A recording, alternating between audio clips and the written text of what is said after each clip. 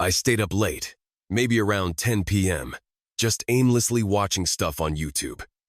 My laptop sat on the nightstand to my right, a bunch of videos queued up, autoplay ready to drag me down another rabbit hole. One of the clips was of Zayn Mitchell. That Zayn Mitchell. He used to be my favorite basketball player back in the day. The video showed him sinking a ridiculous long-range buzzer beater. Smooth, perfect form. That long blonde hair tied back in a ponytail made him look more like a movie star than an athlete. I've known Zayn since college. He was already a legend on campus when I transferred in.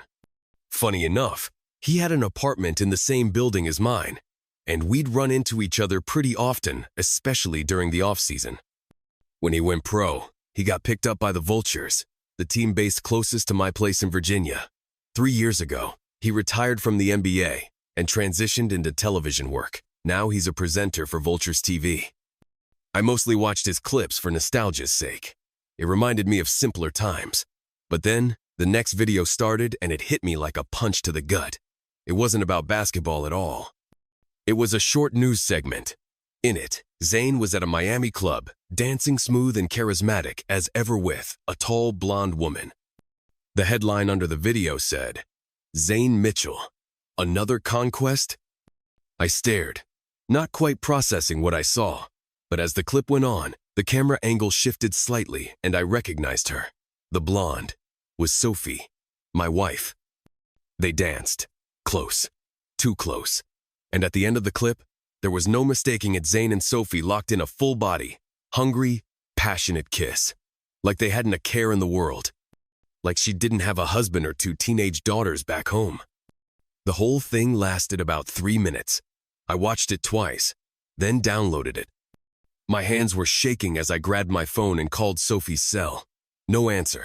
I checked the timestamp on the video. It had been filmed roughly an hour ago and posted just recently. Sophie had told me she was going to Miami for a 4-day work conference with her advertising agency. Said it was all meetings, no time for sightseeing. One of the people on that trip was my longtime friend, Caleb Morris. So I called him. "Hello? Caleb, it's Ethan. Ethan Ward." There was a pause. "Ethan, hey man, how's it going?" "Not good."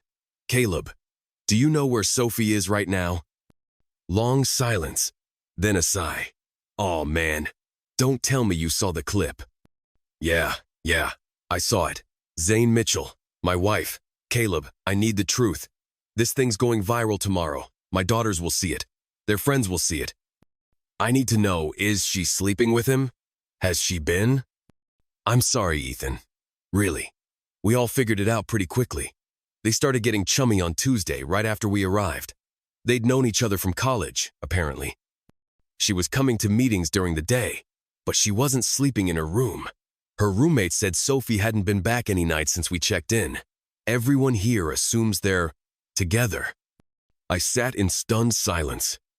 "I'm so sorry, man." "Yeah, me too," I said quietly. "Are you going to see her in the morning?" "She's flying back with us tomorrow. We've got a morning session, but she's been skipping breakfast. I think she might still be in the hotel somewhere, just not with the group." "Okay, do me a favor," I said, my voice tightening. "Tell her not to bother coming home." Assuming she was even planning to. Zayn lives nearby, let her go there. I'm not having this conversation with her face to face. Not now. But if she asks, you can tell her I said that. "Fair, I'll let her know. I'm really sorry, Ethan." We hung up. Sophie and I had met back in college, when we were both in our early 20s. It was our second to last year, and we were in the same advanced math course. I remember walking into the room that first day and seeing her sitting alone, sketching absent-mindedly in her notebook. There were only 5 other students, guys, all looking too nervous to make eye contact with her. But I wasn't one to shy away. I took the empty desk next to hers. She glanced up and smirked.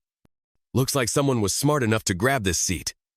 I actually did a quick check to make sure I didn't smell bad. The other guys all looked like socially awkward math wizards, and I guess she assumed I was one too, but I wasn't. I just needed the class for my chemistry major. I wasn't a nerd, just unlucky with electives. She looked me over. I could see the curiosity in her eyes. "You don't smell funny. Yet," she said with a grin. "So, what's your major? You don't look like the typical math geek." "Chemistry," I replied. "Ethan Ward." She reached out her hand. "Sophie Blake." We shook. "Well, if we ever get married," I joked, "you won't even have to change your initials." She laughed, genuinely. Then the professor walked in, and class began. Afterward, we walked together to the student union building. She was tall, about 6 feet, with soft blonde curls, striking green eyes, and a girl next door vibe that was somehow still movie star pretty. I was smitten, immediately. "Bet you were surprised none of the guys sat next to you," I said. "Honestly, yeah, I'm usually fending them off. Guess you took advantage of my insecurities." "Guilty as charged." She glanced at the time. "I've got another class in 20, but you seem interesting. Maybe we can get to know each other. We're classmates after all." "Dinner?" I offered, trying not to sound too eager. "No can do. I've got a boyfriend. He wouldn't be thrilled." Had to try. "Well, at least we'll see each other in class." She smiled again. "I like you, Ethan. You're different." And with that, she walked away. I stood there, already replaying every second of the conversation in my head like some lovesick kid. I wasn't some stereotypical math nerd, even though I was in that advanced course. I mean, I'm 5'8", about 150 pounds, brown hair, brown eyes, decent shape. I didn't exactly turn heads, but I held my own. Girls usually responded pretty well to meet, the very least. They didn't cringe. Some even told me I had character, whatever that meant. Back in that first class, when Sophie leaned in and joked, "You don't smell funny," yet, I couldn't help but grin. "Well," I said, "I might need to get closer to confirm that." She raised an eyebrow. "They're all shy nerds. You don't strike me as one. What are you, a lost botanist?" "Nope. Chemistry major," I said. "Name's Ethan Ward." She reached out her hand. "Sophie Blake." We shook. "Hey, if we ever get married, you won't even need to change the monograms on your luggage and handkerchiefs. Pretty efficient." She laughed just as the professor walked in and started class. Afterward, we strolled together to the student union building. That walk was burned into my memory not because of anything dramatic, just how she moved, how she smiled. Sophie was about 6 feet tall, green eyes that could either slice through you or melt you depending on her mood. A figure that didn't try too hard but didn't need to, and that smile just pure sunlight. I found myself blurting out, "Bet you were surprised no one sat next to you. Every guy in that room was dying to." "Honestly," she replied, "yeah, I was. I usually have to fend off attention. Guess you exploited my moment of weakness." "Well, now it's too late." I grinned. "You're stuck with me." She glanced at her phone. "I've got another class in 20. But hey, since we're in the same math class, maybe we should get to know each other better. Dinner?" I was about to ask the same thing. She hesitated. "No can do. I've got a man. Long term. He wouldn't like it." I nodded, trying not to look disappointed. Can't blame a guy for trying. "I hope I see you around, though," she added with a softer smile. "You will. Twice a week. In the classroom. Front row, left side." We both laughed, and then she was gone. From that point on, we saw each other every week in class Tuesdays and Thursdays. The course was tough, and I had to grind just to keep up.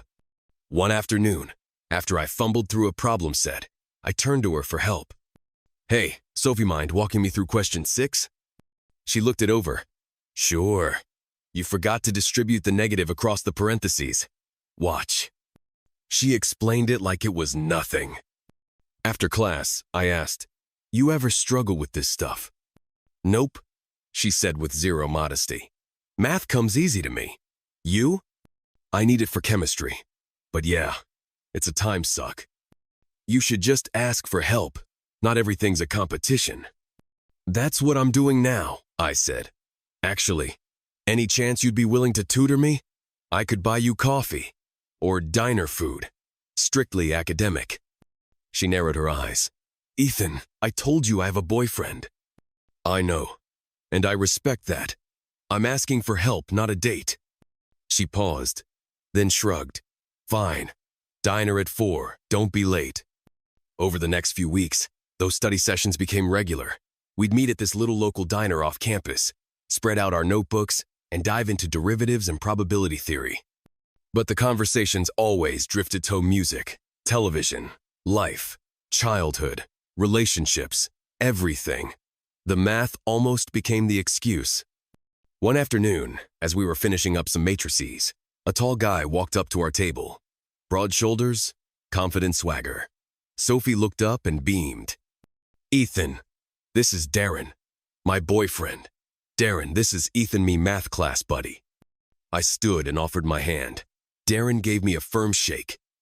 He was a stocky black guy, probably about 5'8", built like a linebacker, easily over 220 pounds. He dropped into the booth beside Sophie, and we casually closed our textbooks.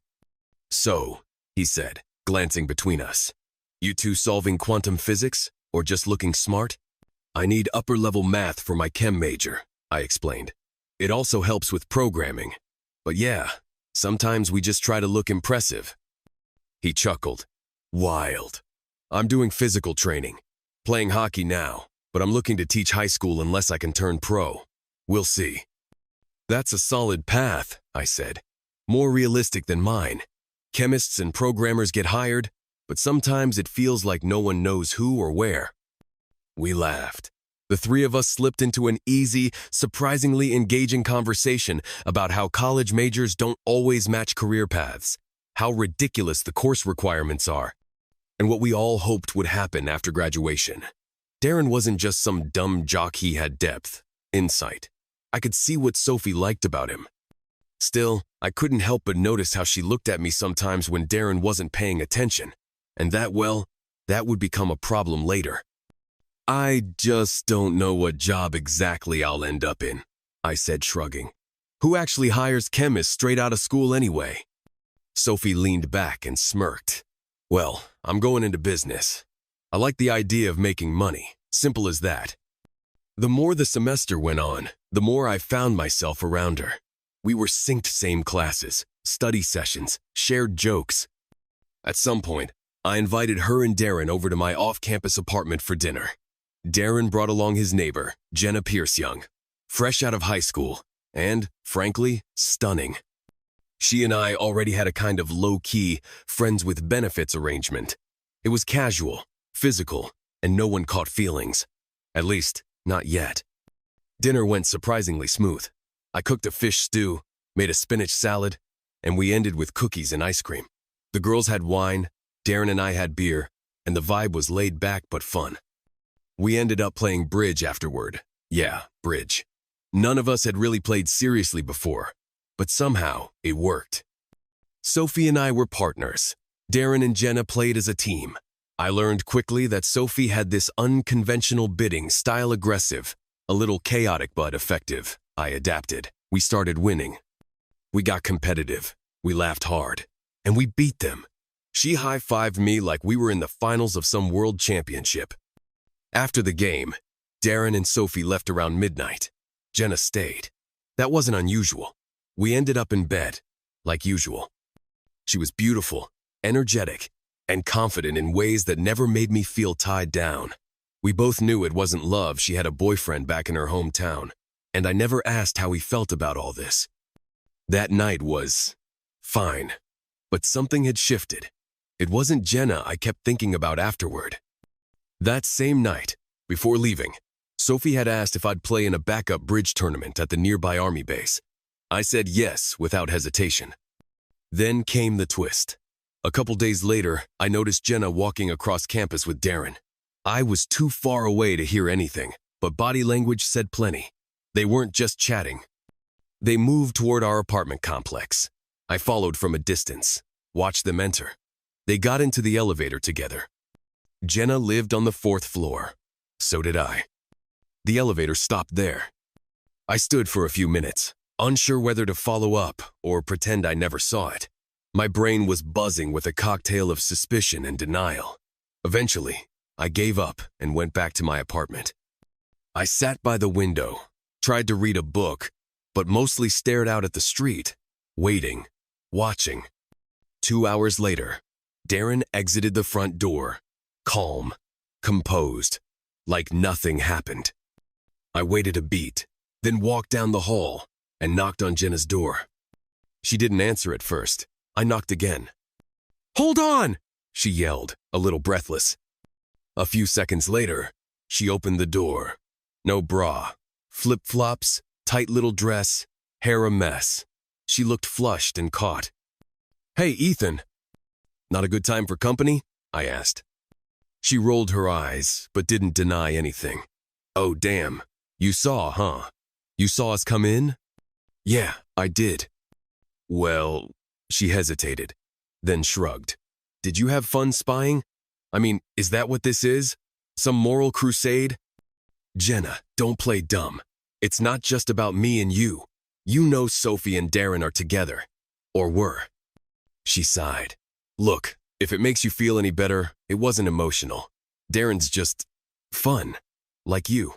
But honestly, not even as fun. If the roles were reversed, if you were in Sophie's shoes, wouldn't you want to know Darren was sneaking around?" I didn't even have to think about it. Yes, I'd want to know. Exactly. Friday came, and the bridge tournament was actually a blast. The Army team was skilled, competitive, ruthless. Sophie and I held our own, though. Out of 20 teams on our side of the bracket, we placed third. She beamed. "Apparently, we got points or something?" she said with a laugh. "No idea what that means, but I'll take it," I replied as we walked back to my car. Once inside, the mood shifted. Quiet, intimate. "Why didn't you tell me about Darren and Jenna?" she asked suddenly.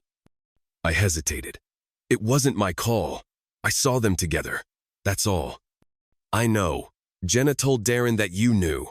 That's how the whole thing blew up. He confronted me about it last night." "Sorry," I said. "Curiosity got the best of me. I didn't mean to cause drama." We sat in silence for a few moments. Then she looked over at me. We decided to take a break, cool off, figure out where we are. I met her eyes. "Okay." Then came the curveball. "Ethan," she said, her voice softer now, "I want to come over to your place, if you want me to." I didn't hesitate. "Yeah, I do." I probably drove faster than I should have. We barely spoke on the way to my apartment. When we got inside, I locked the door, turned toward her, and then she kissed me. Not just a kiss, a slow, deep, melting kiss that made my knees weak. She moved her body against mine in a way that was both hesitant and deliberate, like testing the temperature of something you've wanted for too long. My heart was pounding, and I was already gone. I pressed myself into her body, already trembling with how badly I wanted her, and Sophie let out this soft gasp before grabbing me by the hand and pulling me straight into the bedroom. We didn't speak. We didn't have to. I yanked off my shirt, then pants, boxers, everything. She was already down to nothing but her panties, barefoot, hair slightly messy like she'd planned it that way. God, she looked unreal. I dropped to my knees and slid her underwear off, slow and deliberate. The sex? It was everything. Intense, raw, like we'd been waiting years for it. I brought her to climax twice before I finally let myself go, and when we finished, we both just lay there, breathless, tangled up in the sheets, in each other. "Oh God, Ethan," she whispered. "Oh my God." I believed her. Every moan, every shiver, every yes she gave mate all felt real. And for the first time, I let myself believe what I'd always wanted to, that we belonged together.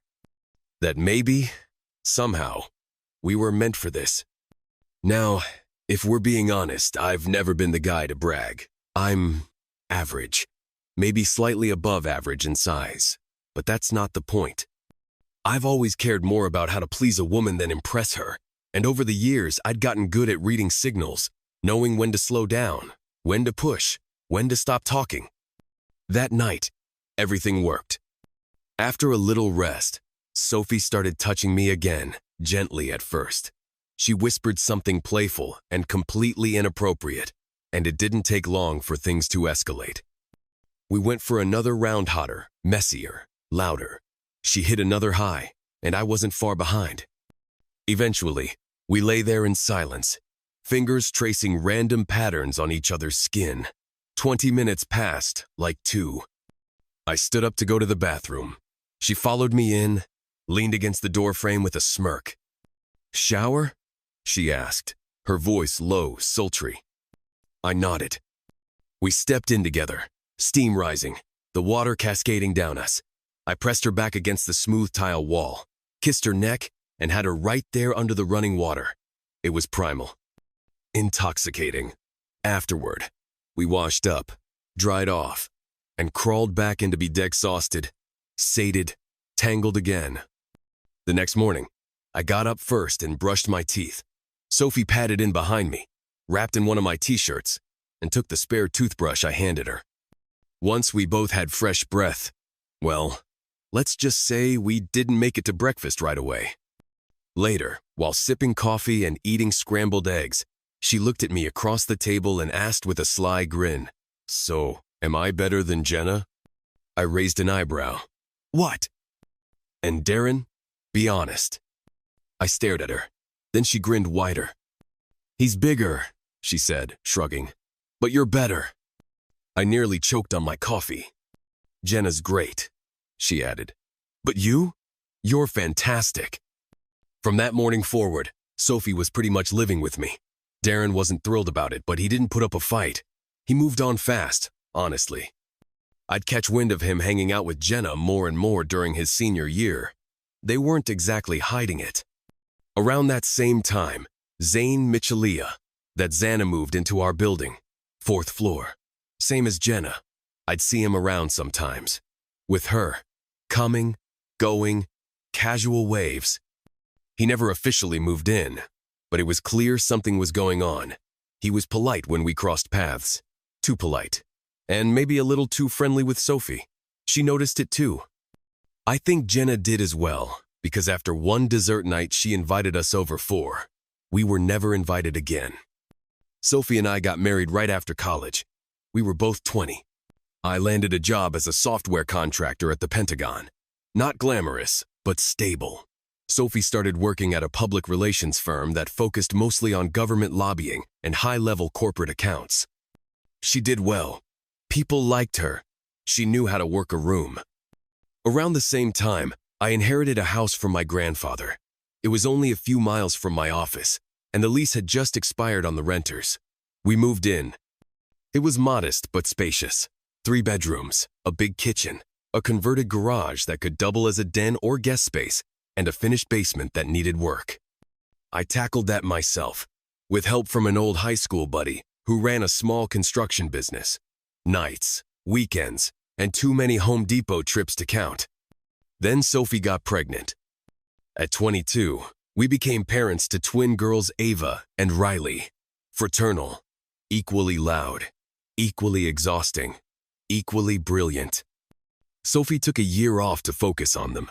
I cut back on hours and eventually shifted to contract work, which let me stay home and handle more of the day-to-day.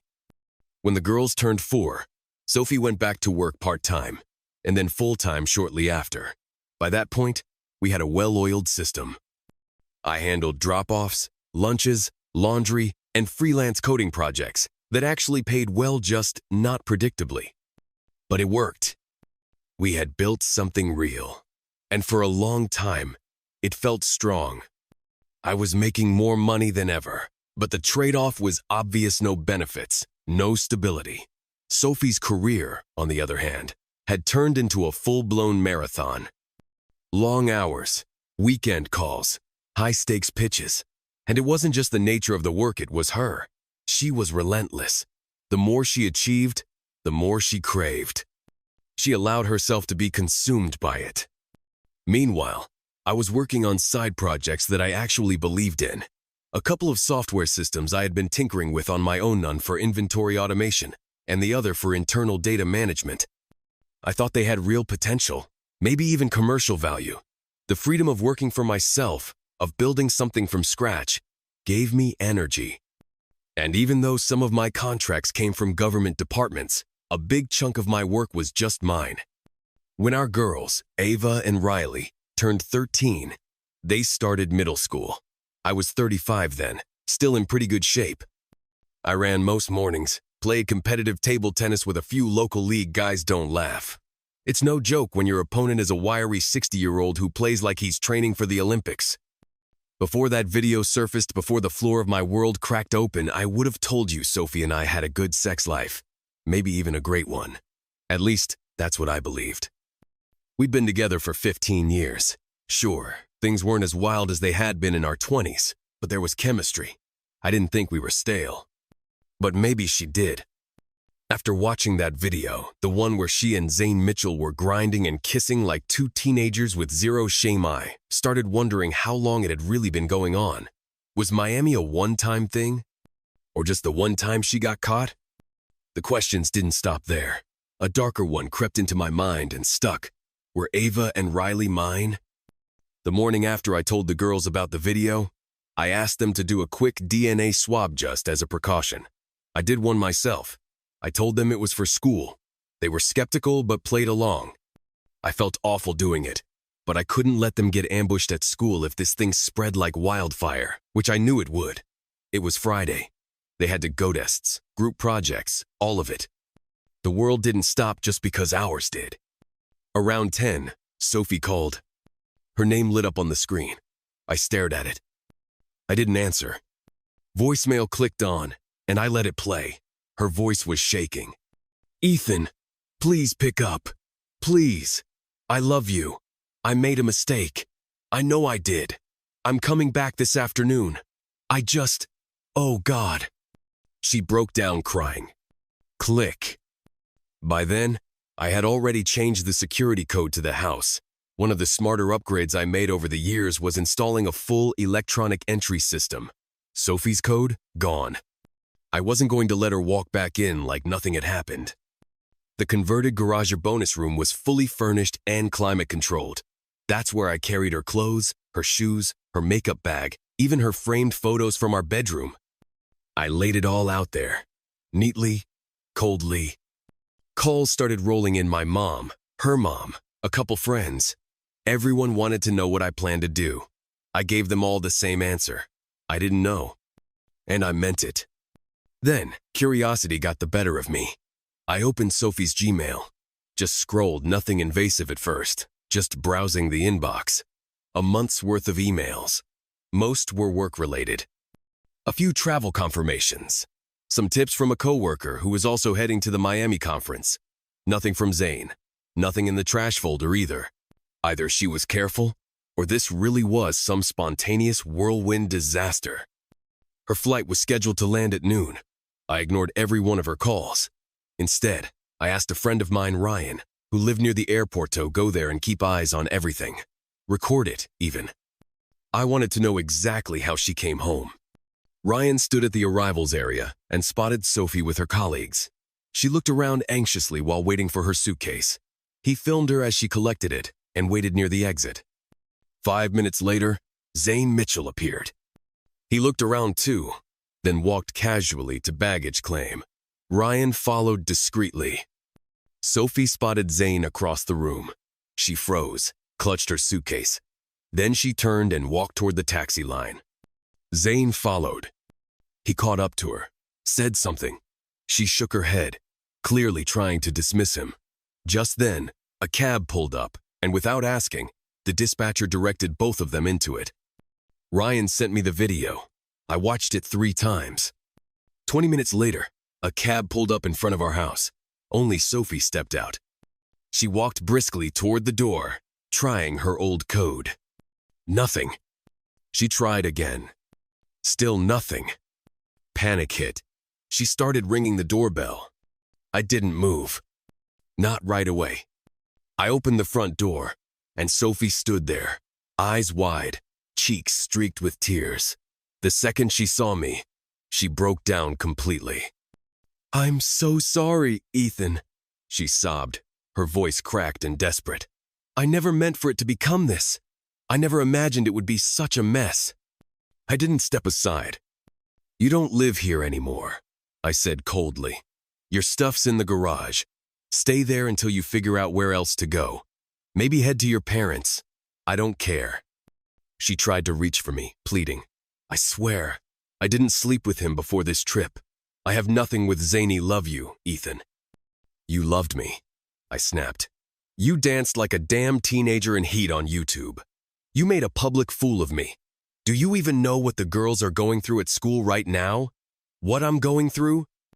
You didn't just cheat, you humiliated us. Get out of my sight." Her whole body seemed to fold in on itself. She stumbled back, like she'd been physically struck by my words, and slowly walked over to the lawn. She collapsed into one of the outdoor chairs and sat there, sobbing uncontrollably. A few minutes later, our neighbor Mrs. Cunningham came out. She glanced my way briefly, then walked over to Sophie. They talked in low voices, and eventually, Sophie followed her inside. I stood there for a few seconds, then went back into the kitchen and poured myself a mug of coffee. My hands were shaking as I gripped the cup. I tried to picture what the hell was supposed to happen now. Every possible outcome just made me feel more lost. The night before, I had already taken a first step. I called a lawyer I knew a friend from my government work. He referred me to a family law attorney, Joan Ellis. Her office called me back 30 minutes after I left the message. "Mr. Ward, this is Joan Ellis. You scheduled an appointment for Monday regarding your wife and let me guess the basketball player?" I blinked. "Yes, how did you know?" "The video didn't say names, but it's all over the news here. Zane Mitchell is a walking scandal headline." There was a pause. "I don't see a reason to wait till Monday," she said. "Can you come tomorrow morning at 10? "Yes, 10 is fine."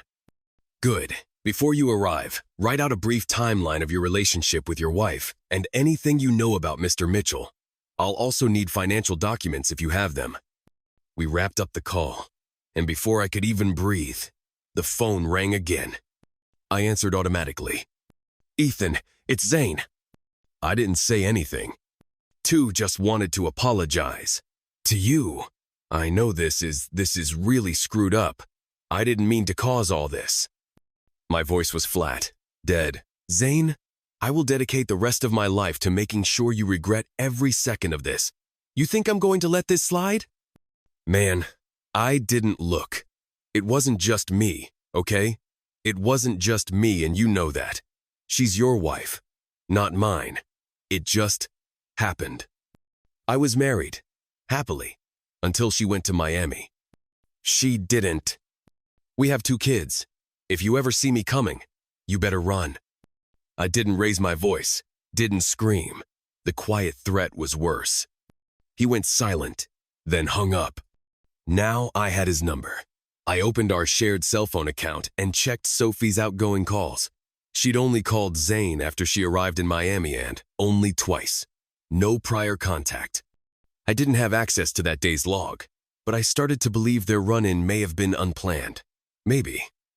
I looked up the Vultures game schedule. They had played an afternoon game in Miami that Wednesday. Zane was listed as the game's MC. So, yeah, he was in town for work. The doorbell rang again. I checked the window. My parents. And hers. Sophie was gone by then, thankfully. I let them in. No one wanted coffee or tea.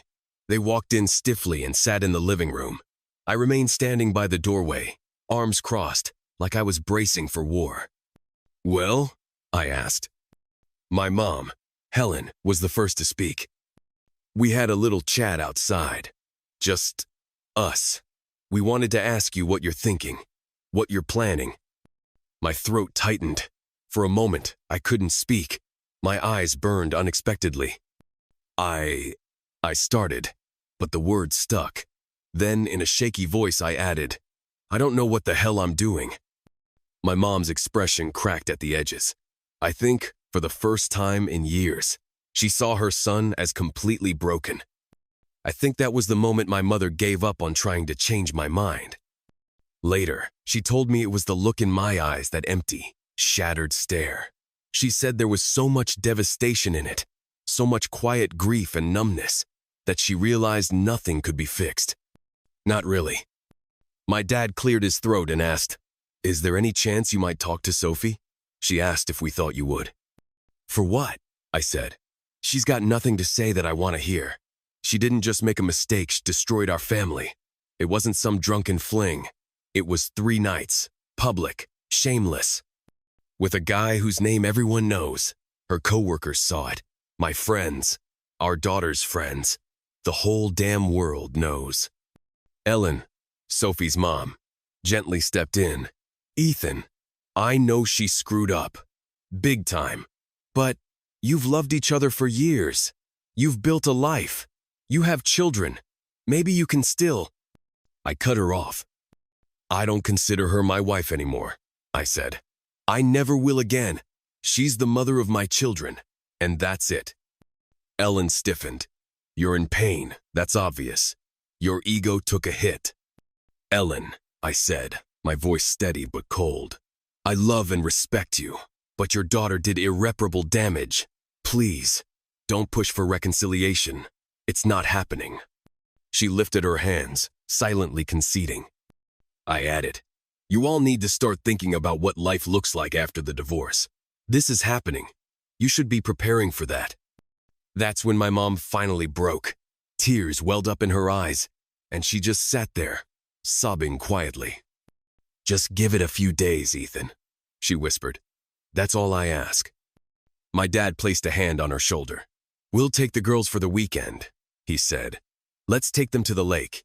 Give everyone some breathing room." I nodded. Just then, the school bus pulled up outside. Ava and Riley came bounding up the steps, only to find the door locked. The code was changed. They knocked, confused, then surprised to see both sets of grandparents waiting inside. They ran in, immediately launching into stories about school. Ava was buzzing, apparently she'd aced a quiz. Riley seemed quieter. I listened carefully, waiting. Sure enough, Ava mentioned her best friend, Sharon Davis, had asked her about the video. Ava said she hadn't seen it but knew something was going around. "Sharon wanted to know if you guys are getting divorced," she said, not looking at me. Riley sat next to me, eyes down. "Are you?" "I don't know yet," I said softly. "We'll figure it out, okay? Not today." They weren't overly emotional, not yet, but they were uneasy. Riley glanced toward the hallway. "Where's Mom?" she asked. Ellen answered gently. "Next door. But for now, your grandparents want to take you girls to the lake this weekend. Sound good? Pack your things, okay?" They hesitated. They wanted to see Sophie. That much was obvious. I wasn't thrilled, but the other 4 adults insisted. I made a compromise. "She can see them," I said, "but only on the porch. No going inside." They nodded. Ellen went next door to get her. The girls packed their little suitcases, and a few minutes later, I stood by the second-story bedroom window, watching it all unfold below. Sophie and Ellen walked up the front path. The girls stood on the porch, silent. They didn't run into her arms. They just waited. Sophie dropped to her knees in front of them and pulled them into a hug. All 3 embraced, but I could tell it wasn't the same as before. "Mom," Riley asked, her voice barely above a whisper, "what did you do? Why would you sleep with that man?" The last part cracked her voice. She was fighting tears. Sophie froze. Her face crumpled. "I made a horrible mistake," she said. "A really bad one. I'm trying to understand it myself, but I still love you, both of you, and I love your dad more than anything." Ava didn't buy it. She stepped back, arms crossed. Always the stronger one. "If you loved Dad, you wouldn't have done this," she said, her voice firm and trembling. "And you let it get filmed. You knew people would see it. We saw it." Her own tears started falling now. Sophie finally broke. She collapsed forward, sobbing openly, hands over her face. "I'm so sorry," Sophie whispered again, her voice already hoarse. It was a terrible mistake. I hate myself for it. She tried to hug both girls. Linda leaned into it hesitantly, but Ava pushed her away, her face hard and unreadable. Sophie flinched and backed off. She stood there for a moment, trembling, then turned and jogged back to her father's car without saying another word. My parents walked the girls to their own van, helped them inside, and drove off in silence. Ellen and Richard disappeared around the corner. Everyone scattered. I went back upstairs, into my bedroom, and sat on the edge of the bed. Stunned, empty, dead inside. And then something shifted. I got angry. Like, truly, dangerously angry. My hands clenched without me realizing. My jaw locked. My entire chest burned with the rage I'd kept bottled since the first moment I saw that damn video. Everything inside me screamed Larry. I yelled, loud. I kicked over the chair, knocked over a lamp. I tore the blanket off the bed and threw it at the wall like it meant something, but none of it helped. So I went down to the basement, to the heavy bag I hadn't touched in months. And I unleashed hell. Every punch was for Zane, for Sophie, for the years I gave that now felt like a lie. The video, the whispers, the betrayal, the humiliation, all of it. By the time I stopped, my fists were raw, red, and bleeding. The skin had split across my knuckles. I was panting like a dog, soaked in sweat. I didn't care. I wanted them both to suffer, to feel even half of what I felt. I rinsed my hands under cold water, wrapped them in gauze as best I could, downed a stiff drink, and crashed into bed sometime after midnight. Sleep didn't come easy, but eventually, exhaustion won. The next morning, I laced up my running shoes and bolted out the door. Fast, hard. I ran like I could outrun the pain. By the time I got back, my legs were shot and my lungs were fire, but I felt halfway human again. I showered, got dressed, gathered up my financial documents, and drove to Joan Ellis's office. She greeted me at the door, herself a woman in her 40s, slim, sharp-eyed, wearing jeans and a navy sweatshirt. Hair pulled back, no makeup, casual but confident. "Sorry for the casual look," she said, shaking my hand. "Saturday yard work. Hope you don't mind." "You look fine," I said flatly. She smiled and led me down the hallway into a small conference room. I didn't waste time. "Miss Ellis, I want to understand what my options are. I want to know how this divorce can happen." "I can explain that," she replied, taking a seat across from me. "But first, are you sure that's what you want? Divorce is a long road. You have children, right?" "Yes," I said. 13-year-old twin daughters. I want custody." She nodded. "We'll circle back to that. Let me ask, has anything like what happened in Miami ever happened before?" "I don't think so," I said, "but I can't be sure. It could have been going on for longer. I don't have proof either way." "So if it's true, you're saying you can't move past it?" "Number." I didn't hesitate. "Absolutely not." "All right," she said, clicking her pen. "Let's talk finances." We went over earnings, household responsibilities, childcare. She was clearly pleased when I told her the house belonged to me before the marriage and that I'd raised the girls there since they were born. My flexible work-from-home setup also worked in my favor, she said, especially for a custody hearing. Still, she reminded me nothing's ever guaranteed in family court.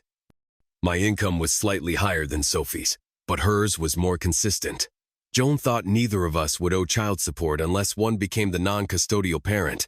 Then payments would likely kick in. "How soon can we file?" I asked.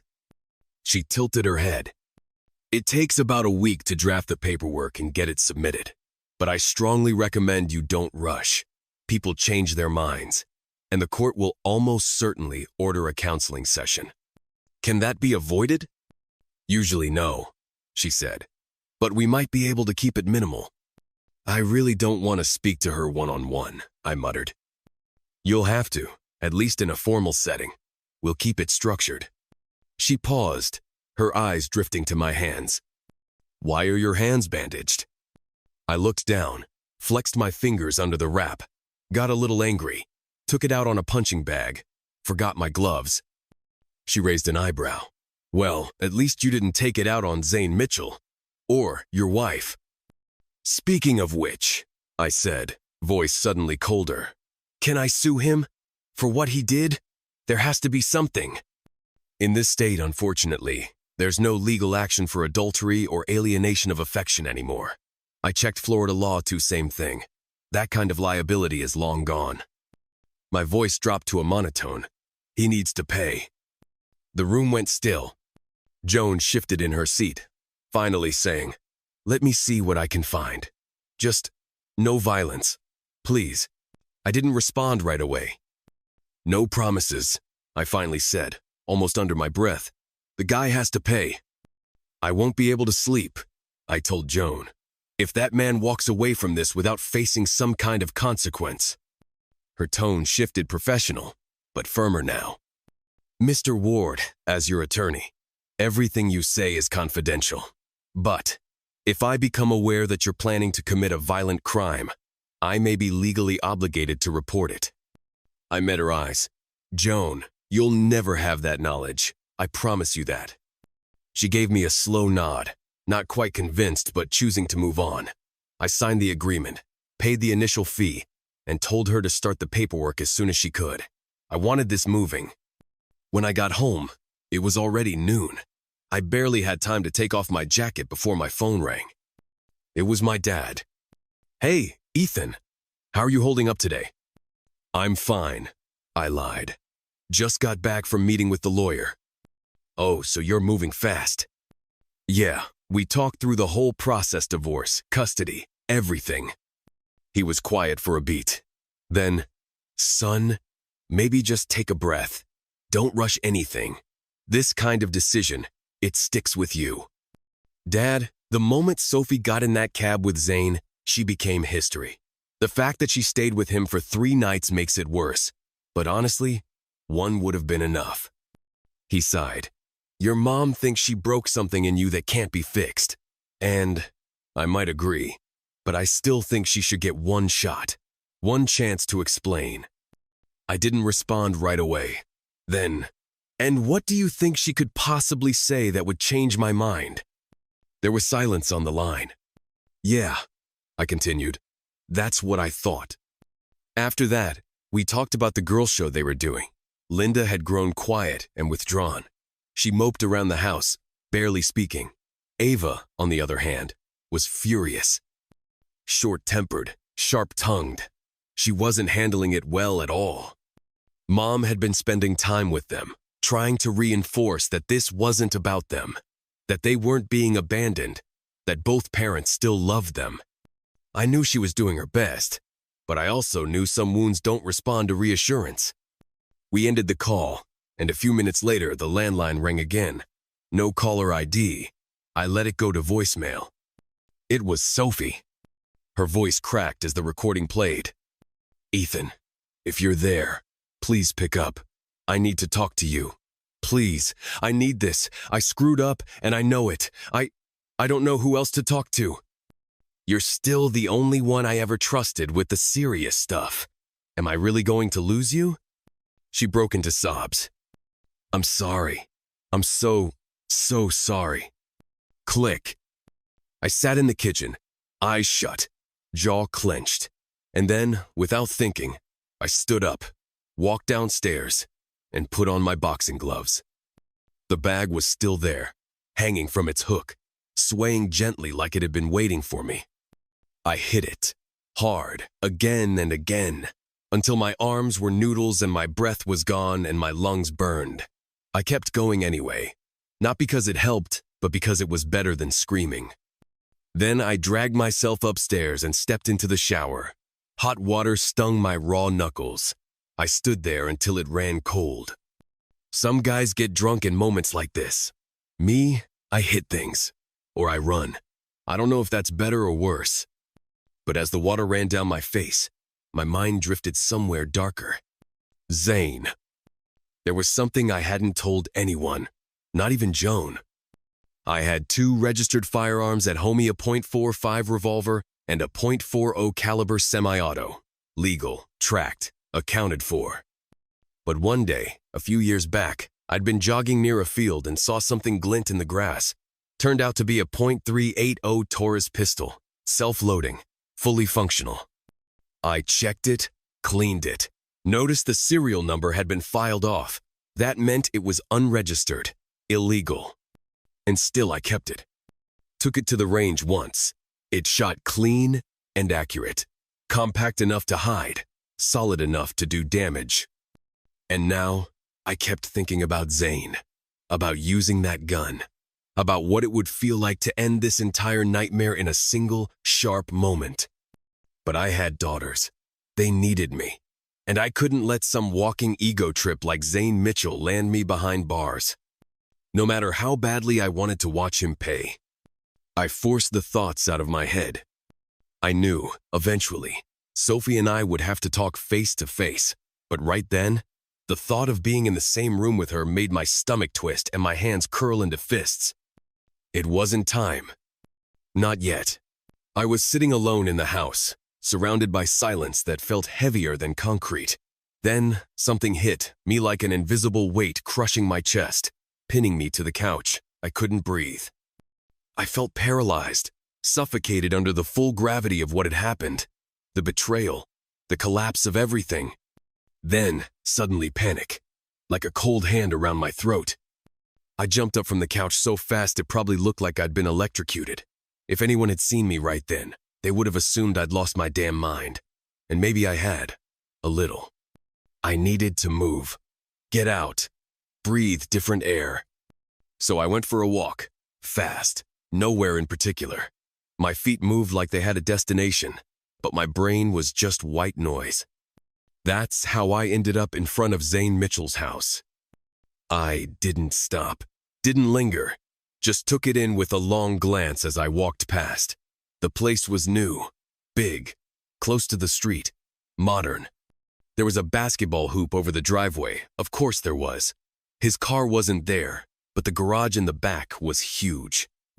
The whole property looked like it belonged to a guy who knew exactly what image he was selling. I walked around the block, past his place again, and this time pulled out my phone, snapped a few quick pictures, nothing obvious. Just documenting. For myself. I wasn't even sure why. Next, I walked a few blocks farther to Sophie's parents' place. Their cars were out front. Lights were on inside. I kept walking. Eventually, I hit the corner store, bought a prepaid phone and a Diet Pepsi. Something about having a new number felt necessary, like closing a door. By the time I got back home, it was just after 3 p.m. I made a sandwich, or tried to. Took 3 bites and tossed the rest in the trash. The moment I sat still again, that same suffocating despair returned like a wave, drowning me. So I got in my car. I drove out of town to a friend's property where he had an old, open shooting range. He and his family were in Florida. Place was empty, remote, quiet. I brought the .380 with me, the illegal one. I emptied 2 boxes of ammo into the targets, methodically. The recoil was heavier than a quality gun, but manageable. It functioned well, too well. On the way home, I stopped at a pharmacy and picked up 2 neoprene thigh wraps. When I got home, I pieced together a makeshift lumbar, holster tight, close to the body, concealed. I ran a few laps around the block wearing it. It didn't slip. Perfect. All day, I had ignored my phone. I turned it back on. 11 voicemails, 24 texts, dozens of emails. Voicemails from Sophie, Ellen, my mom, all begging me to call back. "Please, Ethan," one said. "We need to talk." The texts were more of the same. Some from my dad, 2 from Sophie's father, Milt. His were different. The first was an apology for Sophie's actions, for failing her as a father. The second was more direct. He asked if I'd be willing to talk. Just him and me, no one else. I called. It rang to voicemail. I didn't leave a message. 3 minutes later, my phone rang. "Ethan," Milt said, voice tired. "I had to take a walk to clear my head.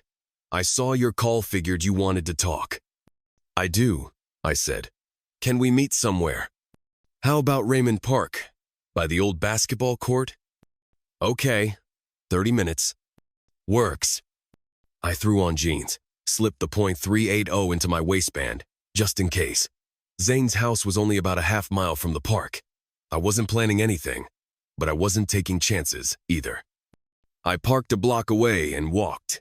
The park was quiet, tucked behind a few office buildings, half shaded by trees, a couple benches, some worn concrete court lines.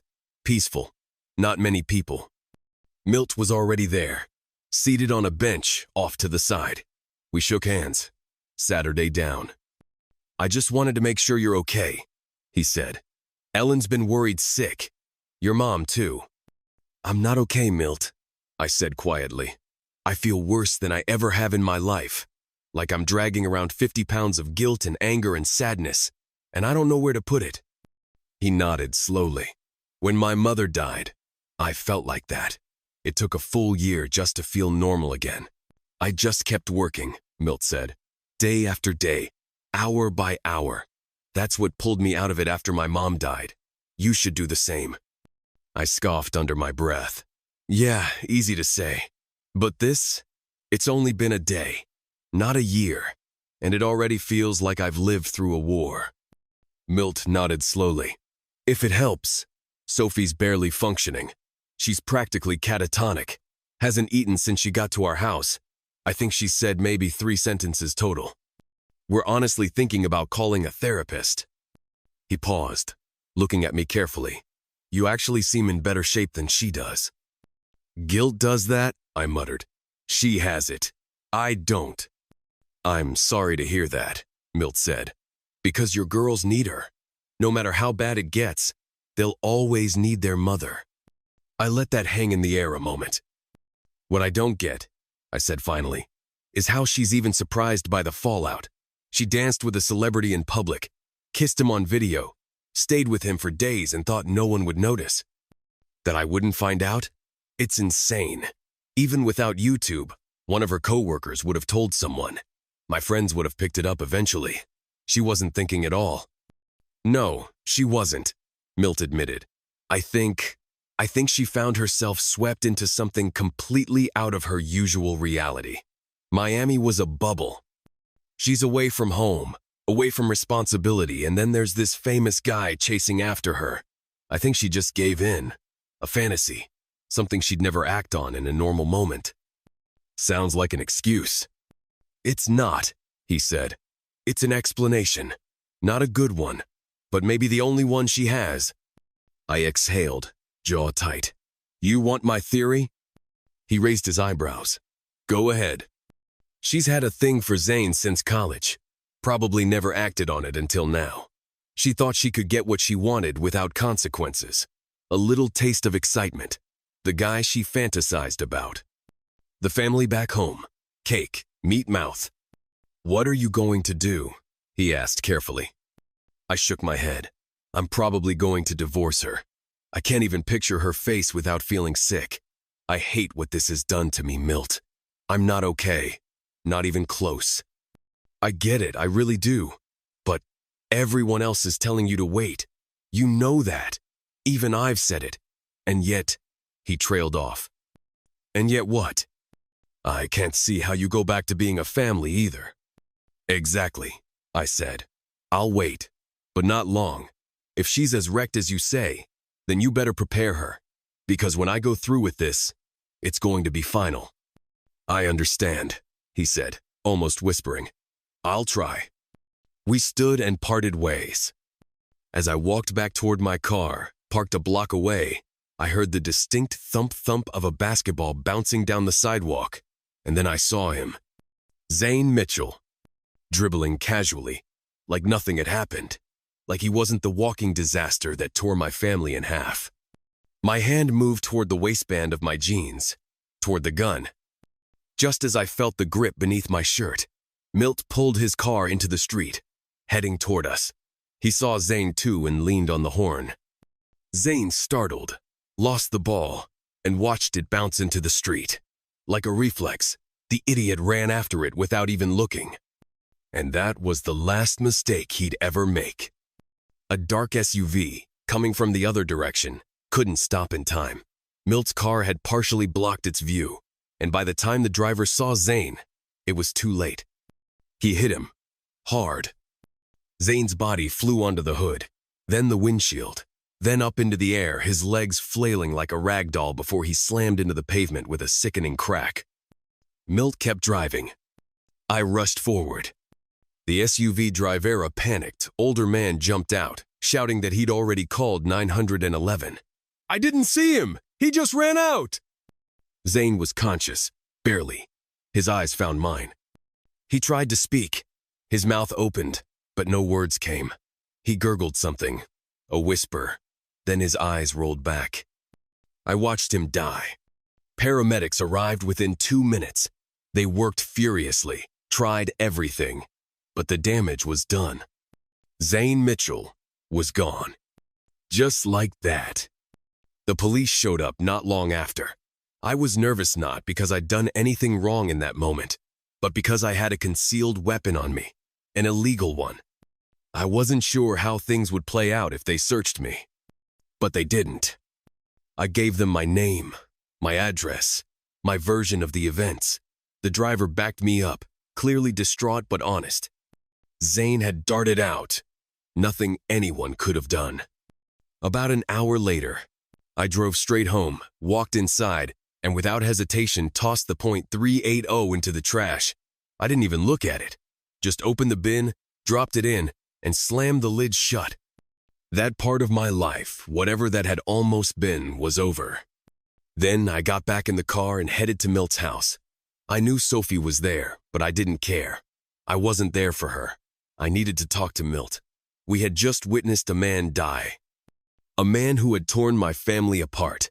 A man I had fantasized more than once about hurting. And yet here I was, alive, free, not in prison. That felt like a miracle. I rang the bell. Ellen opened the door, took one look at my face, and froze. She must have seen something strange in me, something unhinged. I was wired, riding that weird high that comes not from joy, but from narrowly dodging the edge of something irreversible. "You okay?" she asked cautiously. "I need to talk to Milt," I said. "Alone." She turned and called up the stairs. "Milt, you don't want to see Sophie?" "No," I called back. "It's too early." Milt came down, saw the look on my face, and we left without a word. Once we were clear, I said, "Zane's dead." He blinked. "Jesus, you didn't?" "No," I said. "He got hit by a car, right after you honked. He chased his basketball into the street like a dumb kid and got creamed by an SUV. You saw it?" "I watched him die," I said flatly. He looked at me, tried to speak, couldn't. Milt exhaled, looked away. God works in mysterious ways. I gave him a half smile I didn't mean. Guess I dodged a bullet, or he did, depending on how you look at it. "You gonna tell Sophie?" "Number. That's on you and Ellen. Or the news. Whatever comes first." "He wasn't her boyfriend, Ethan," Milt said quietly. "It was a mistake. A stupid, public, humiliating mistake. But that's not who she is." "I used to believe that," I said. "Not anymore." Milt looked at me hard. "I want to save my daughter. I know she messed up bad, but I still want her to have a future. If you see any way forward, even a sliver of light, I'm asking you not to block it. Maybe not now, but someday." I sighed, rubbed the back of my neck. "I don't know, Milt. If we talk too soon, I'll only make things worse. Keep her away from me for now. Let me figure out where the hell my head is." He nodded. "Fair enough." We turned back toward his house. Before I left, Milt clapped me on the shoulder and said, "Congratulations on not committing murder." We actually laughed. That night, I slept. The girls called me before bed. We talked for a while about school, the lake, their dog back home. It was good, simple, clean. and then I went to sleep. Sunday hit harder. The weather was perfect, and I had nothing to do but sit in my own thoughts, which was dangerous. I went for a long run, longer than usual. Let the burn distract me. I walked along the river, watched boats I'd never afford drift by. Then I went home, showered, and drove out to my parents' place. They were having a picnic with the girls. Ava and Riley seemed better still, a little reserved, but not so sad. They had a video call with Sophie earlier that day. Apparently, she'd perked up just enough to sound like herself again. Encouraging. Warm. Still pretending everything could go back to normal. My mom mentioned it. She didn't talk about Zane, or the video, or any of it. Just school, routine stuff. She told the girls she'd see them again once she felt better. Good luck with that. While the girls were splashing around in the pool, I pulled my parents aside and told them the truth. I saw him get hit, I said quietly. Zane, I was there. I watched it happen. They were stunned. My dad was the first to speak. You didn't have anything to do with it, did you? No, I said. Pure coincidence. I was in the park with Milt. Zane chased his ball into the road, got hit. End of story.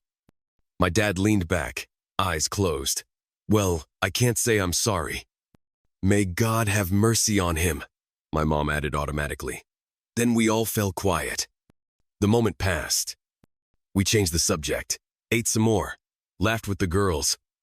On Monday morning, Joan Ellis called. First thing she wanted to know. Joan Ellis called me first thing Monday morning.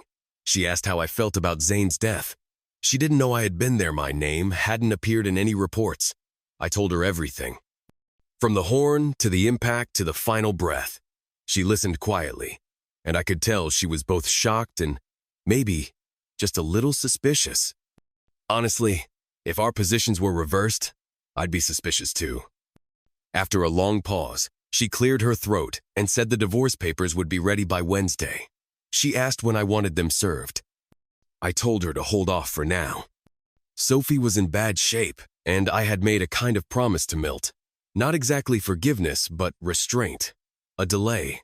And maybe that was fair for the girls, if not for Sophie. Despite everything, the girls insisted on going to school. Even though Zane Mitchell's death and everything tied to him was still all over the news. The dance video, the scandal, the accident. It was too big to ignore, but they handled it like pros, braver than I expected. I spent the day alone and tried to get back into a work rhythm. Spent 2 or 3 hours on one of my army projects. Coding, debugging, cleaning up scripts. It helped, a little, not enough. In the afternoon, I picked the girls up from school after their clubs. We made pizza together at home. Something familiar, something normal. They loved my homemade pizza, always did. That night was good. As good as it could be under the circumstances. But before bed, they both asked me the question I knew was coming. Is Mom coming back? I didn't sugarcoat it. I don't think we'll be living like we used to. I honestly don't know what the future holds. But no matter what happens, your mom and I both love you. Always. They nodded, quiet, accepting in a way I didn't expect. The next day, Tuesday, Milt and Ellen called. Separately, they asked to meet. We sat down at a Starbucks, and after we all got our drinks, Milt said, I reached out to a marriage counselor. Her name's Dr. Sylvia Price. I think you should attend a session with Sophie. I frowned. You do realize we're heading toward divorce, right? That's still on the table. Strongly. Ellen jumped in. If the divorce cites adultery as the cause, the court will almost definitely require counseling at least a session or two. Fine, I said. But I'm not going to pretend. If I sit in that room and dig into this, it's only going to confirm what I already feel, that there's no going back. We're not asking you to lie, Milt said. Just go, be honest. Listen to the therapist. Talk to Sophie. If not for her, then for the girls. Because I think she's spiraling. Zane's death shook her hard. She doesn't know I was there? I asked. Both of them shook their heads. I agreed. The first session was scheduled for the following Monday, at 10 a.m. I showed up right on time. I didn't want to sit in the waiting room with Sophie, didn't want awkward silence or hollow small talk. I just wanted to get it over with. Dr. Sylvia Price was a woman in her 50 soft eyes, warm tone, slightly round but well kept. She welcomed me with calm professionalism and led me back to her office. Sophie was already seated. Her posture collapsed inward. She looked pale, frail even, like she hadn't been eating. She kept rubbing her hands together, over and over, like she didn't know what else to do with them. Dr. Price gave us a brief overview of how her practice worked. She specialized in marital trauma, including affairs. She promised a space for truth but not judgment. Then she looked at me. "Ethan, what's your goal for being here today?" "I want to move forward," I said. "Whatever that ends up looking like. I want to be a good dad, but I don't believe reconciliation is an option anymore." She turned to Sophie. "And your goal?" Sophie's voice trembled. "I want my life back. Even if it can't be exactly the same, I still want to be Ethan's wife." Dr. Price nodded slowly, glancing between us. "So, to be clear, Sophie went to a work conference in Miami. There, she reconnected with a man from college, a public figure. The two of you were seen together. You spent multiple nights with him. The relationship became publicized that the main source of conflict?" Sophie nodded. "Yes." "And you didn't believe it would be discovered?" "No," she admitted. "I didn't think it would go viral. I thought it would. Stay private. Just between us." "I thought it would just stay there," Sophie said, her voice barely audible. "Just something that happened while I was away. Like it would disappear once I came home." Dr. Price looked at her carefully. "If that's true, Sophie, then why did you go out dancing with Mr. Mitchell? You had to know he was a public figure, a famous one." Sophie hesitated. "I thought it would be fun. It wasn't near the hotel. We thought we wouldn't run into anyone. But you understood that someone from your company might see you, and surely you knew Ethan would find out, if not immediately, then eventually, right?" Sophie nodded slightly. "Yes, I guess I just didn't expect it to explode the way it did." "All right," Dr. Price said gently. "Let's set that aside for a moment. Ethan, can you explain why you're certain your marriage is over?" I looked straight at Sophie, held her gaze. "Because she was the one person in this world I trusted more than anyone, the one I loved completely, and she threw that away without blinking. She didn't hesitate. She didn't even try to hide it. That kind of betrayal, it's not something you come back from." I paused, my voice tightening. "When my grandparents died in a car crash, I thought I'd never feel pain like that again. I was wrong. This is worse, way worse, because it wasn't fate. It was a choice, her choice." Sophie started crying openly. I kept going. "I'll never put myself in a position where someone can gut me like that again. If Sophie could do this, then anyone could. I'll never trust her or anyone like that again."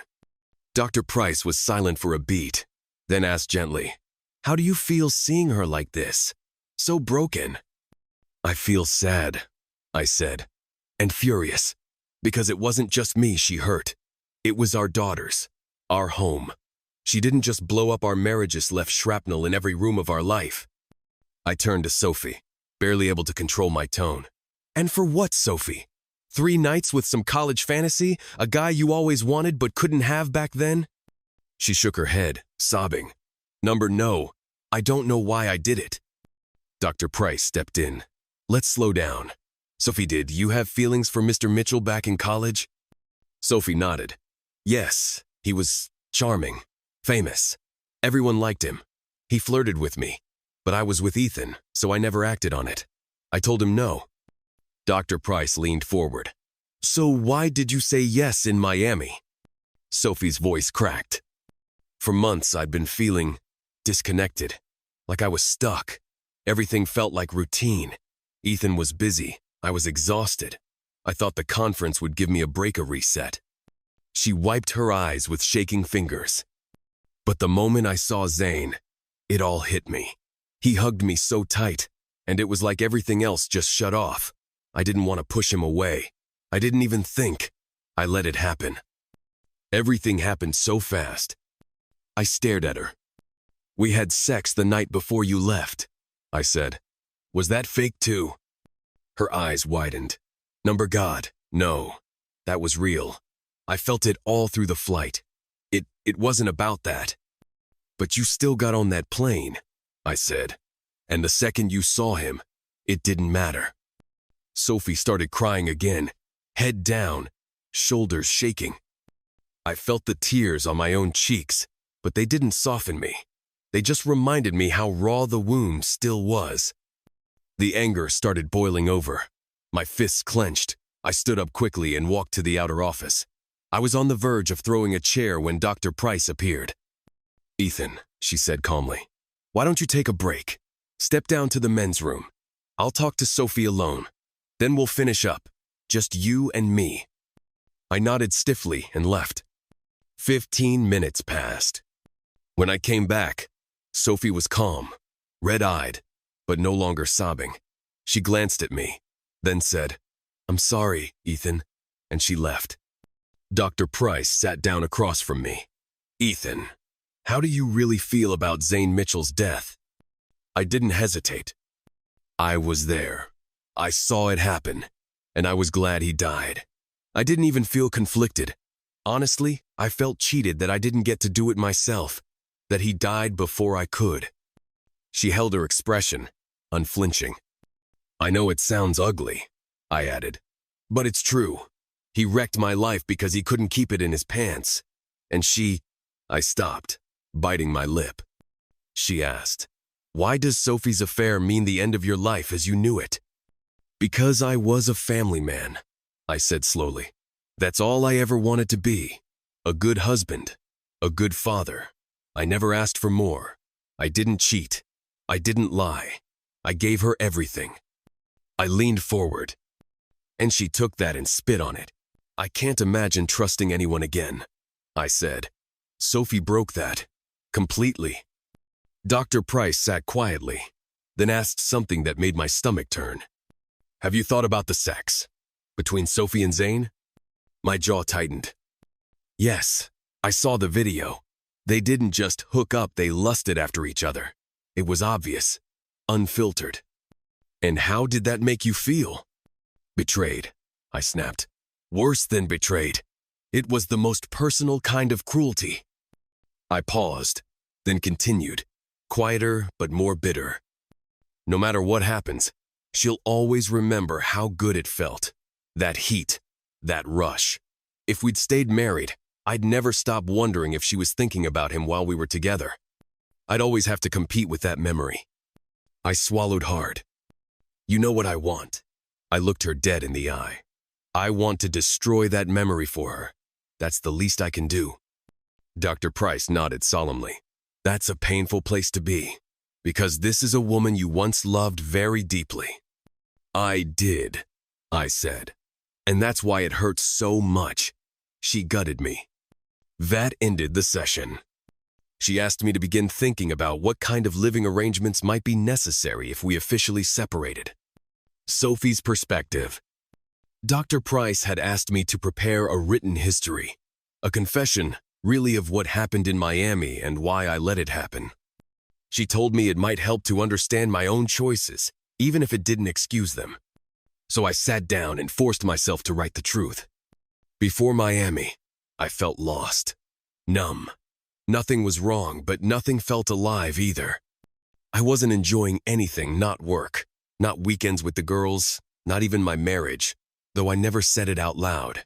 Everything felt like routine, flat, predictable.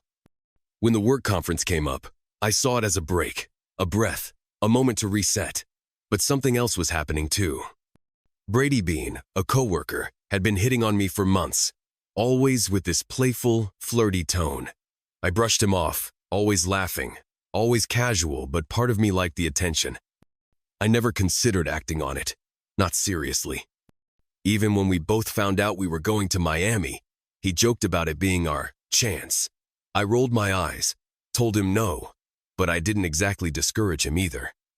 I wasn't attracted to Brady. Not enough, but I was flattered. I liked being seen. Then on the day we checked into the hotel, Zane was there. Larry Zane Mitchell. The same Zane I'd crushed on back in college. Tall, golden, confident, charming as ever. But now, he was real, standing in front of me, hugging me like we were old lovers reunited. I froze. That one hug-tight, familiar, possessive shook something loose in me. He leaned in, looked me straight in the eyes, and asked, "Is your husband here?" I told him no. "I've got a suite 2 floors up," he said. "I'm here till Friday.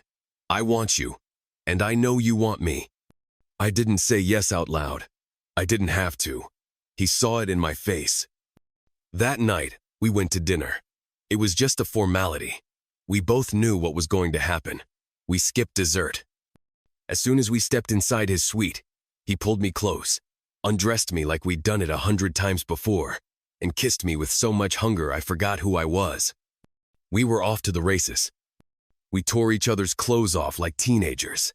No hesitation, no shame, just bodies crashing together like fire meeting gasoline. I didn't think about Ethan. I didn't think about my kids. I didn't think about anything except Zane's perfect, sculpted body. There was no slow build-up, no teasing, just raw, explosive lust. He picked me up like I weighed nothing, carried me to the bed, and threw me onto it. Then he had me long, hard, and without hesitation. I lost track of how many times I came. I could barely breathe, and when he finally finished, I completely blacked out. He woke me with soft kisses. Then we went again. It was like that the whole night. The next morning, I missed breakfast with my team. Barely made it to the first meeting. I walked in late, flushed, sore, and floating. Every muscle in my body ached in the best way. I was sure they could tell. People gave me glances long, knowing ones, but no one said anything. Still, a part of me wondered if someone might call Ethan. Maybe one of my coworkers would tip him off. But I brushed it aside. No one knew anything. They could guess, but they didn't know. And honestly, I didn't care. Sex with Zane was the best experience of my life. I don't even feel ashamed admitting that anymore. It was everything. His body, his intensity, the way he looked at me like I was the only woman in the world. He could have had anyone and he chose me. That did something to me, made me feel alive again. Later that day, after the meetings, I called him. We went straight to his room, had sex for 2 hours, ordered room service, had sex again after the food came. The next morning, the same routine glances, whispers, tension. That evening, I met him in his room again around 5. We stayed in bed until almost 8. It wasn't as wild as the first night, but it was still incredible, intimate, addictive. He ordered more food, then told me to get dressed up. We were going dancing. That was the night the video was filmed. I watched it recently. It was already viral by the time I clicked. I knew Ethan had seen it. Hell, the whole internet had. The headline was brutal, but the footage, it told the truth. You could see it. The way I looked at Zane, the way we touched, the kiss. There was no doubt. I didn't just cheat, I made it public. After the club, we returned to the hotel and had sex again. I remember it being quiet this time, tender, but it didn't change anything. By then, the damage was already done. The next morning, I woke up early. Had one more round of sex with Xana routine by now. Showered, got dressed, ate breakfast in his room, then returned to mine to pack.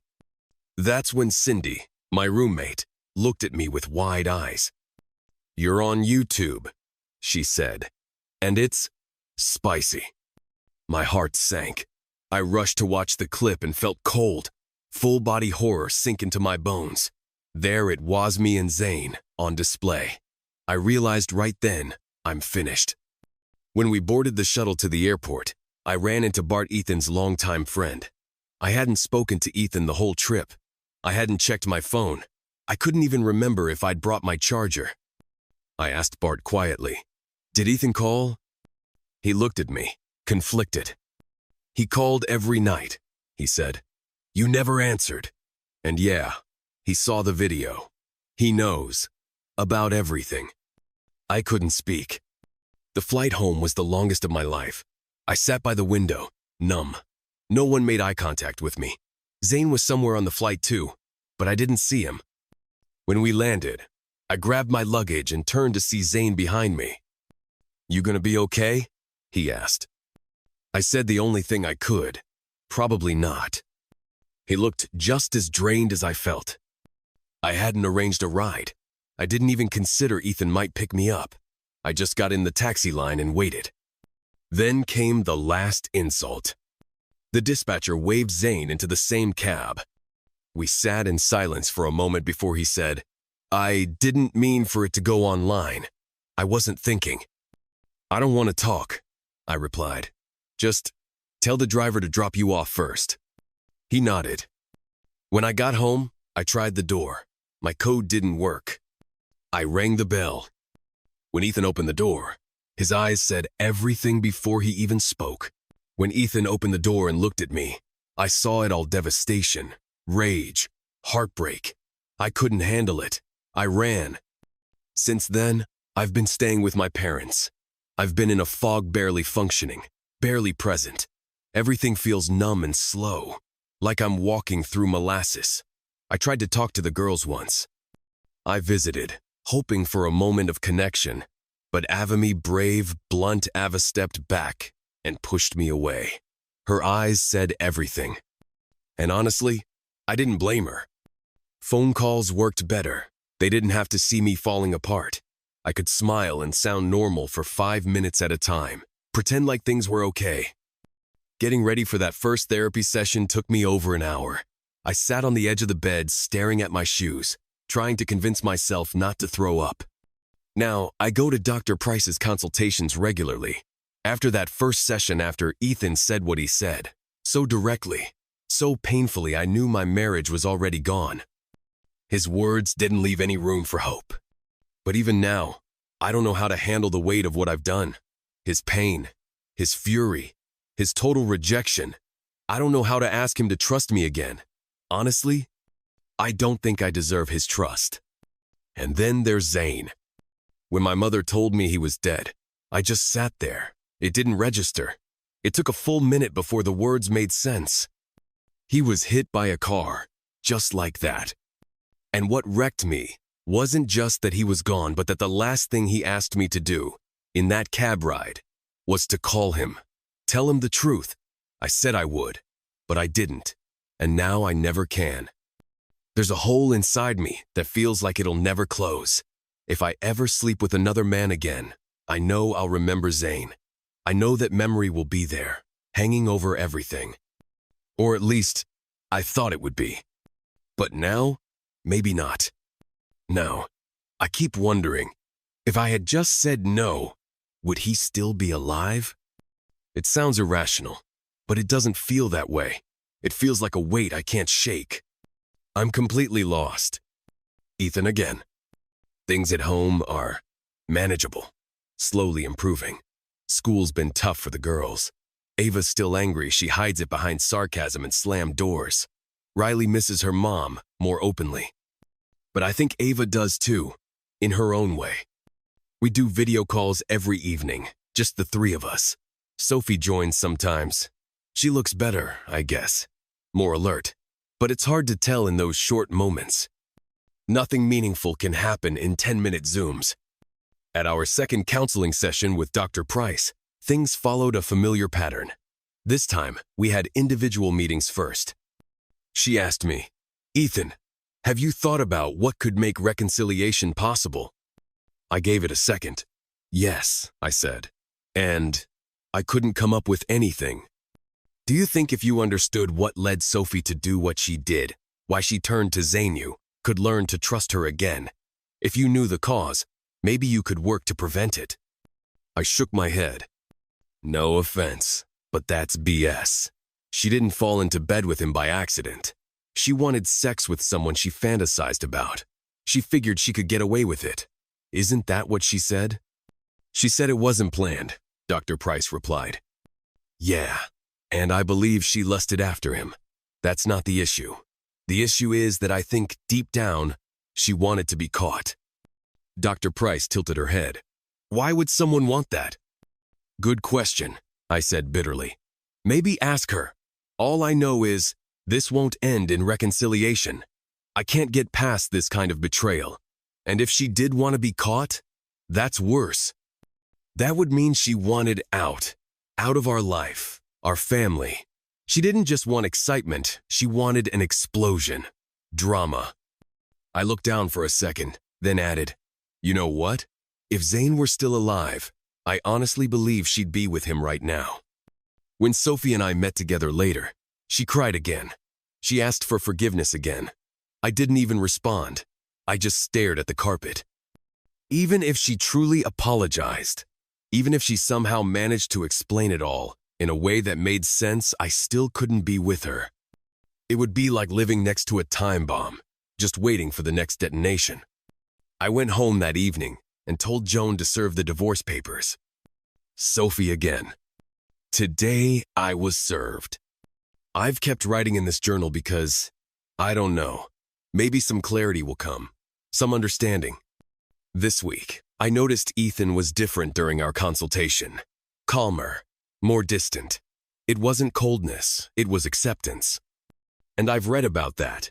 The stages of grief, denial, anger, bargaining, depression, and then acceptance. He accepted the divorce. He accepted that the affair ended our marriage. When the papers came, I didn't cry. I wasn't even surprised. I just folded them neatly, set them on the kitchen table, and stared at them. In the past week, I returned to work.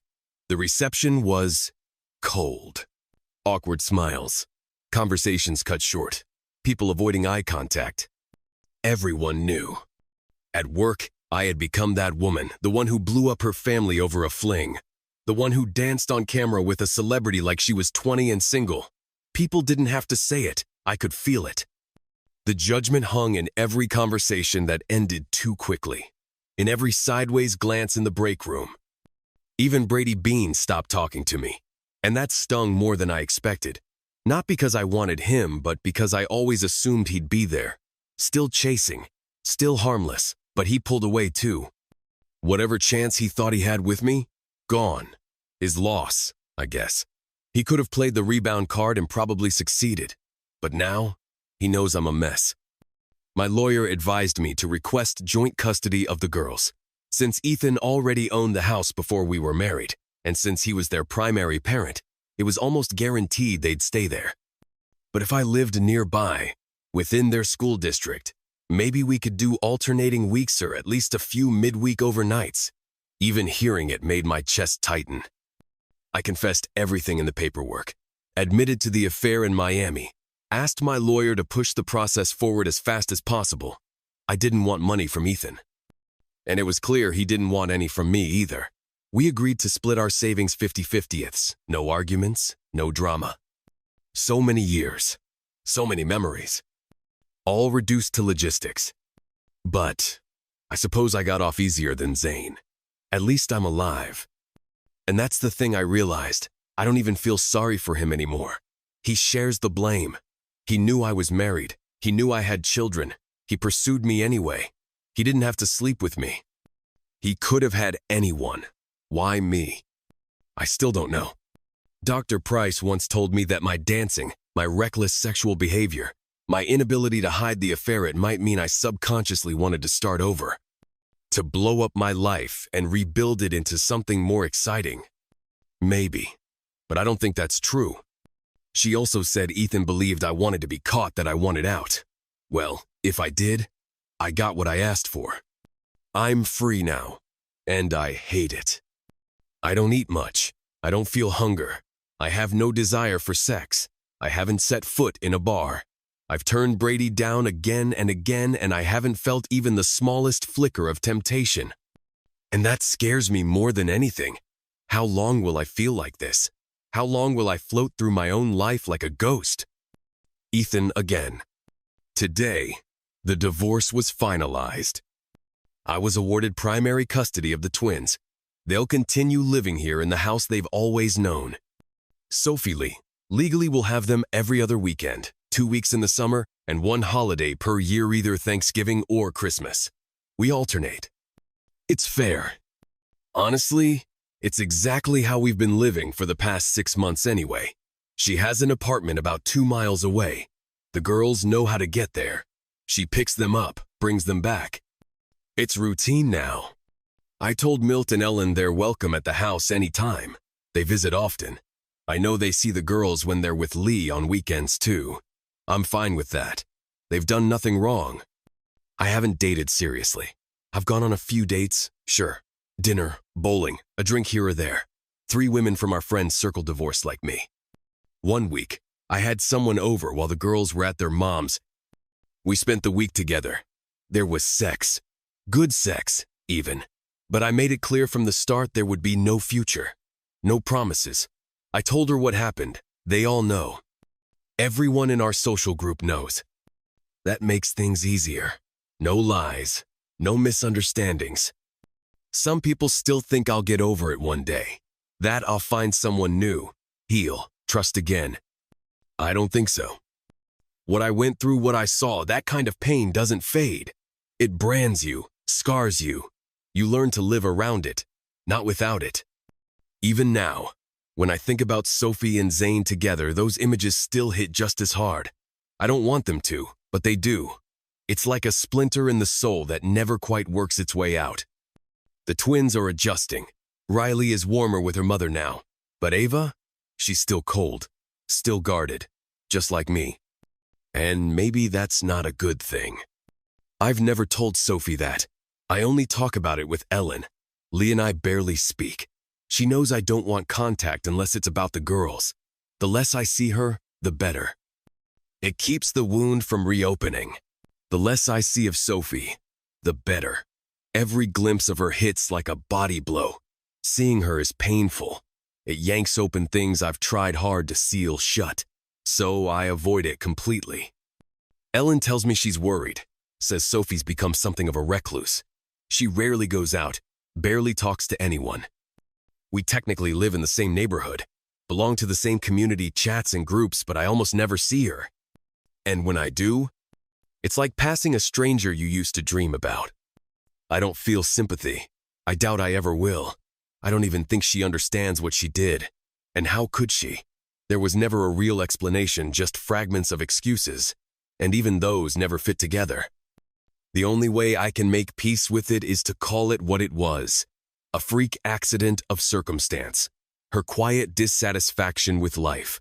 The convenient timing of a Miami trip. And Zane Mitchell showing up out of nowhere like the final match in a powder room. Any 2 of those things, we'd probably still be married. But all 3 collided and the marriage exploded. Just like that.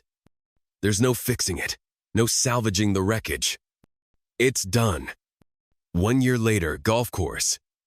It was a bright, clear Saturday when Milt Moore met his regular foursome at the club. Only today, someone new joined the rotation.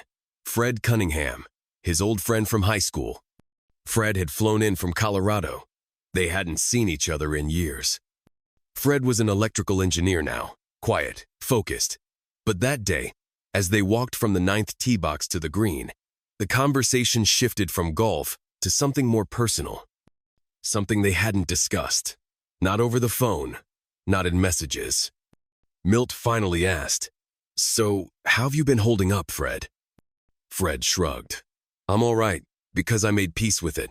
I agreed to it. I followed him, all the way from his house. Like you said, he always went to the court Saturday afternoons. If he was in town, he never missed it, even after retiring." Milt nodded silently, hands in his pockets. Fred continued, "I read about what happened. Still can't believe it. Watching him rush into the street like that, it was surreal. But I knew the second he did it, this was the moment. And I just reacted." There was a pause. "If I hadn't done it then," Fred added, "I don't think I could have done it at all." Milt looked at him.